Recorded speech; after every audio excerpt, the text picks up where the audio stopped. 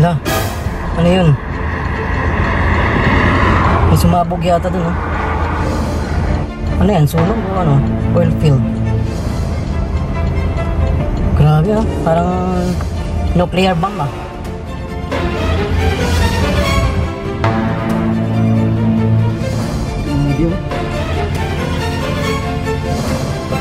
Magandang araw ulit mga kalahi. Ngayong araw nga ay May 13 dito sa Alberta, Canada. Nasang pangyayari ay mayroon pong naganap na wildfire kahapon at yan po ay ating nakita. Curious ako kung ano ito. Ako'y lumapit doon sa lugar na yun. Akala ko is forest wildfire. Yun pala ay isa lang farm wildfire, no? So yun nga, based sa government ng British Columbia, the most common causes of wildfire is the lightning or unseen lightning that cause ignitions to create wildfire. Based naman sa Alberta, the most common cause of wildfire is ammunition, off-road, campfire, and the rest are arson.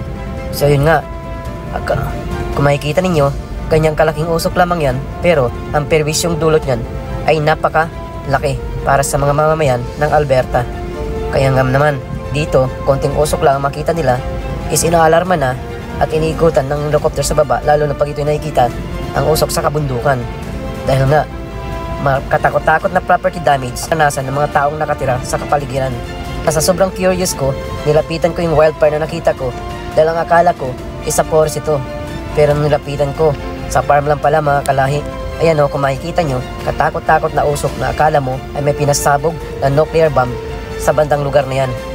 First time ko makakita ng ganito mga kalahi sa buong buhay ko at maka-experience ng ganito. At napansin ko nga ang dulot na perwisyo nito sa lugar dito.